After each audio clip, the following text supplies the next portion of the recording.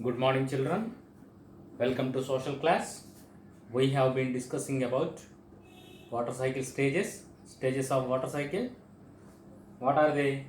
Yes, evaporation, transportation, condensation, precipitation, runoff, groundwater. Regarding evaporation, last session I explained you. In this session, I am going to explain remaining water cycle stages. Next one, transportation. In general, if I ask you transportation means what? What you will say, moving goods from one place to another place, that is called transportation. That is the common definition of transportation.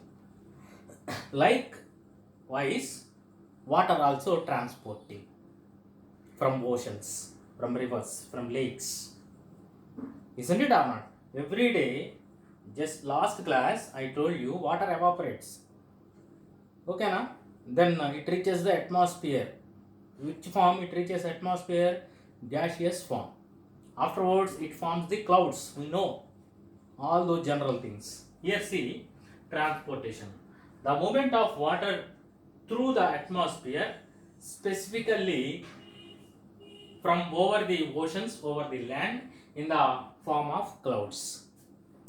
Whenever water evaporates, afterwards it forming the clouds. Okay, then clouds are traveling from one place to another place. These clouds are propelling, that means pushing each other. Okay, clouds are propelled from one place to another place. How clouds are moving from one place to, propelling means moving one place to another place due to the upper air circulation or surface based circulation.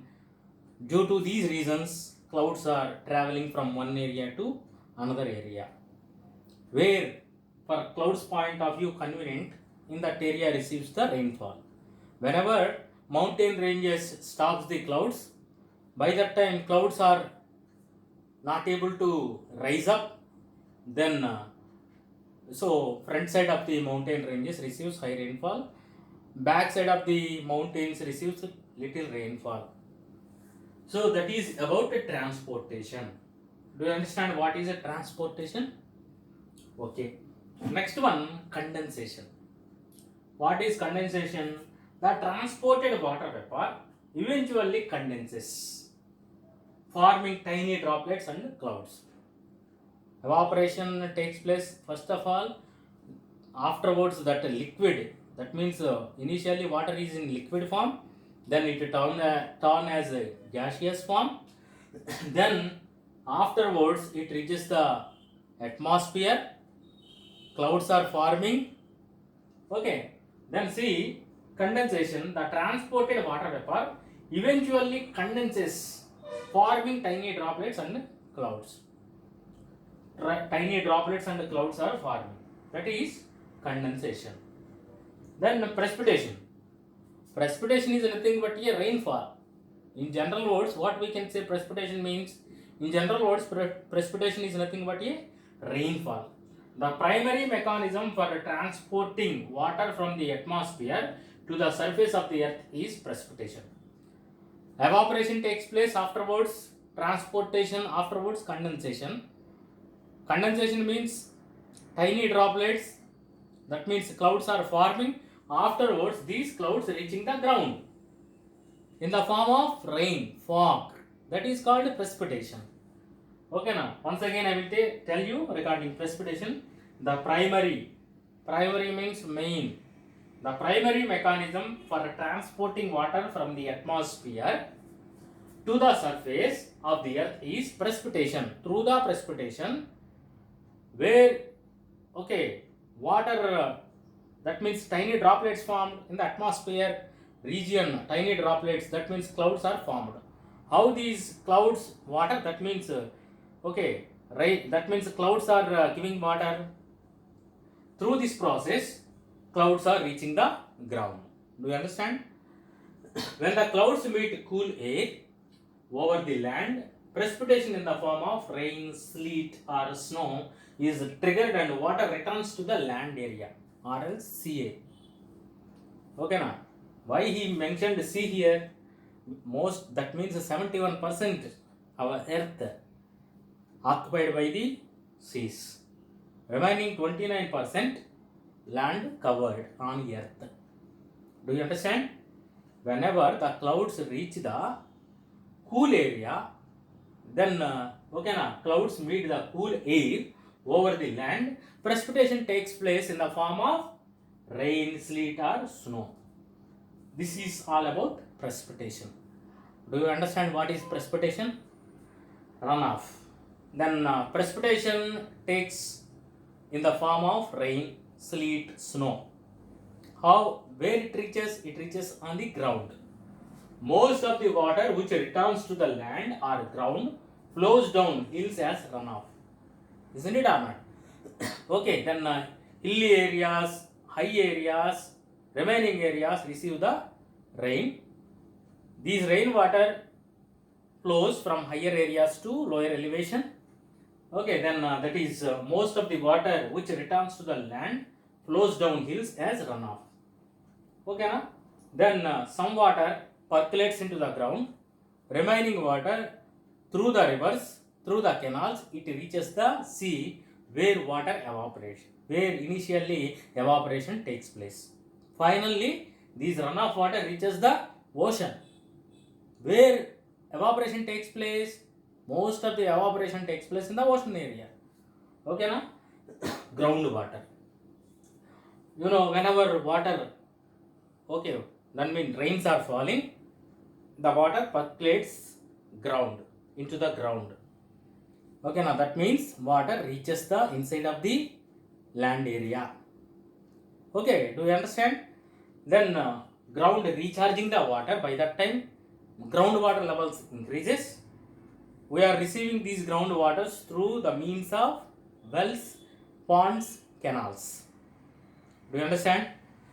Here groundwater means under special circumstances groundwater can even flow upward in artesian wells. Okay, now where it can flow upward in artesian wells. When compared to here, the flow of groundwater is much slower than runoff. Slowly groundwater also flowing.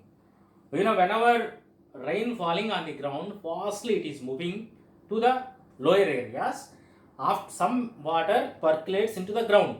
That groundwater also flowing very slowly when compared to the runoff. These are the 6 stages of water cycle. Okay, so these stages are interlinked. Then apart from these 6 stages, we have some sub stages also there. Okay, try to remember these 6 stages of water cycle. In this session, what we discussed? We discussed about what we discussed? Yes, we discussed about transportation. Okay, after evaporation, okay, this gaseous form reaches the atmosphere through the means of transportation. Then condensation forming tiny droplets and clouds. Then precipitation in the form of rain, sleet, snow.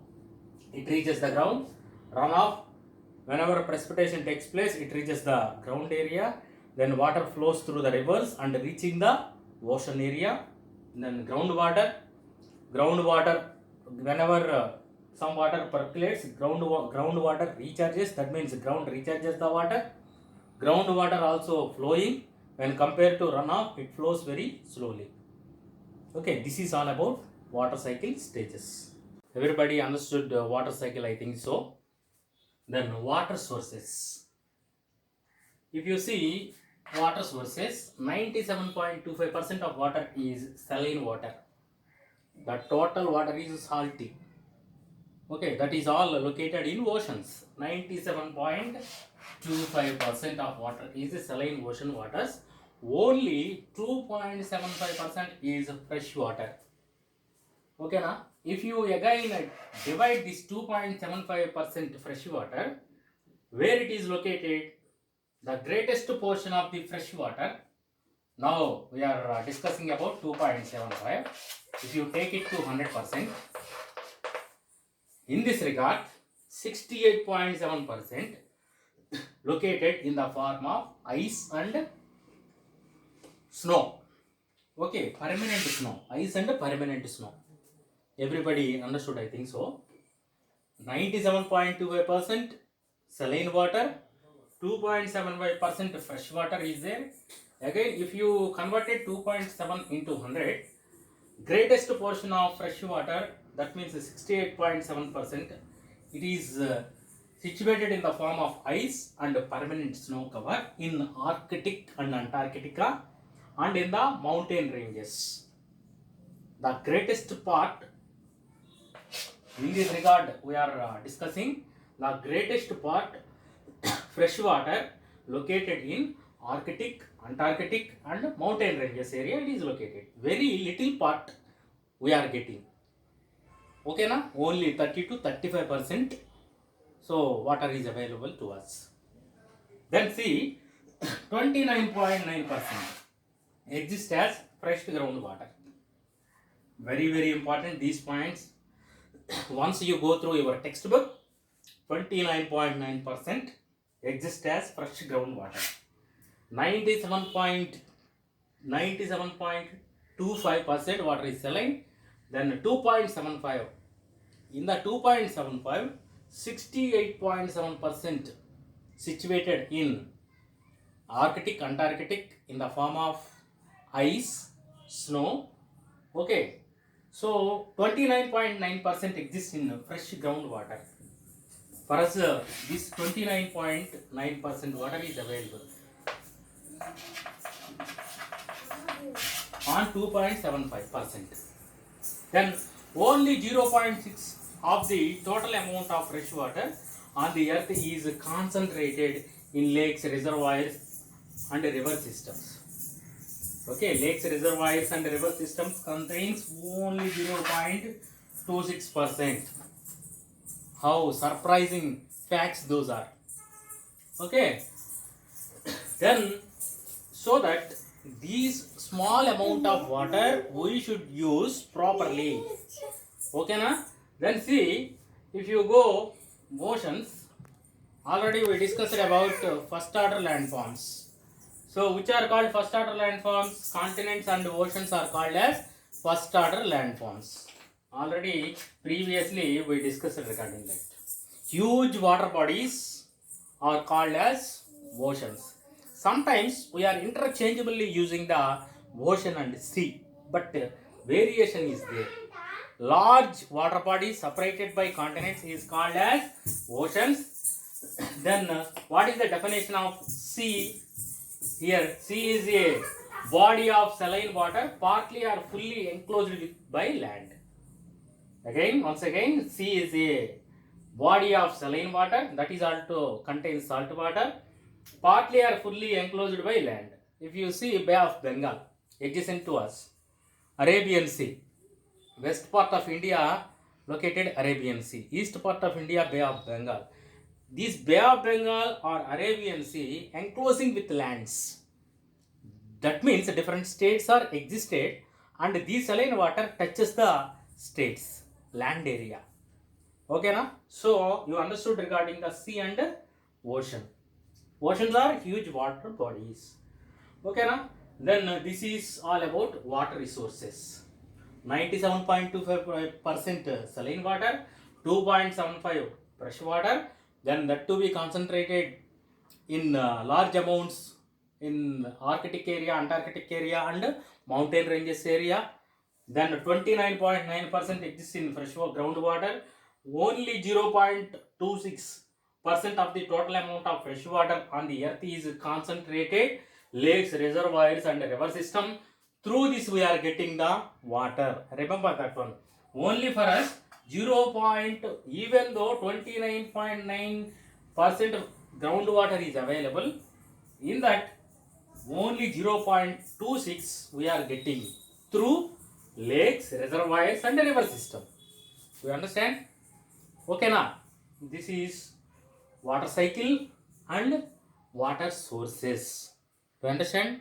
Thank you.